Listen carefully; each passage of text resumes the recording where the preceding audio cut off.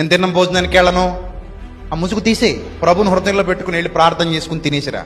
ఆ బంధాన్ని నిలుపుకో. రేపొద్దున వాళ్ళకి నువ్వు సువార్త చెప్పాలి అంటే, వాళ్ళ దగ్గరకు నువ్వు వెళ్ళాలి అంటే, ఆ బంధాలను అక్కడితో తెంపేసుకుంటే అవదు.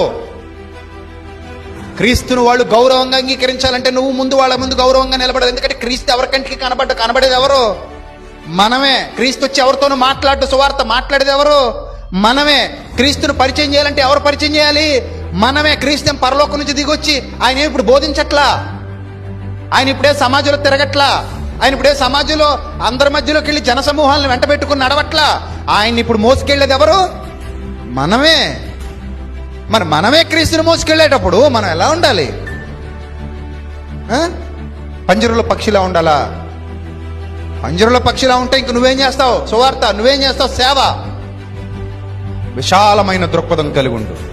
విశాలమైన దృక్పథం.